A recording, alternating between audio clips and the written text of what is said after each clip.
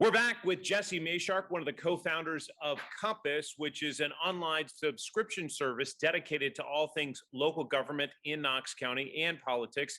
Jesse, great to see you again. We want to talk about growth in Knox County. It's going to be a big topic of conversation in the weeks and months to come. And we did see Commission change how the public can comment on growth plans. Explain what we saw this week in Commission. Yeah, so this week, County Commission voted to change one particular mechanism that people have been able to use to appeal decisions by the Planning Commission. And these are, like you live in a subdivision and a developer wants to build something right next to you and you have concerns about their plans. You think the Planning Commission maybe didn't consider things sufficiently. People have been able to appeal those to the county's Board of Zoning Appeals. Under this change that passed, if they do that, the developer will be able to opt out of that and say, no, this has to actually go to Chancery Court. And so community groups oppose this because they said basically it's going to make it harder and more expensive for them to have input into growth that happens in their immediate area. We did hear supporters of this idea by Mayor Jacobs say, listen, we're not taking away the public's right to comment. We're just moving it in a little different direction. But those neighborhood groups did push back on that idea.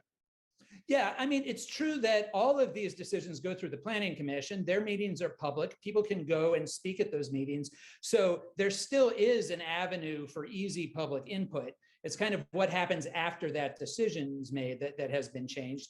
And, the argument from County Mayor Glenn Jacobs, who was really the main proponent of this, was that he wants there to be more development and specifically more housing built faster in Knox County. We have a real housing crunch here. One of the things that's driving increased housing prices is we just don't have enough stock.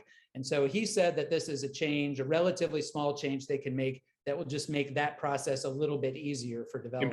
Important to note that those appeals haven't happened that much, maybe once a year over the last almost 20 years or so. But quickly, Jesse, in 15 seconds, we're going to hear a lot about Advance Knox, which is the growth plan that's in the works.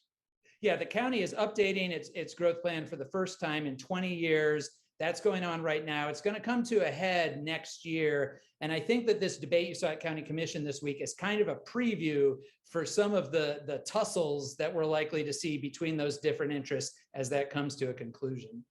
Jesse Mayshark with the analysis. We'll certainly dive into that in the weeks and months to come. Always appreciate it. And if you'd like to check out Compass, it's compassknox.com.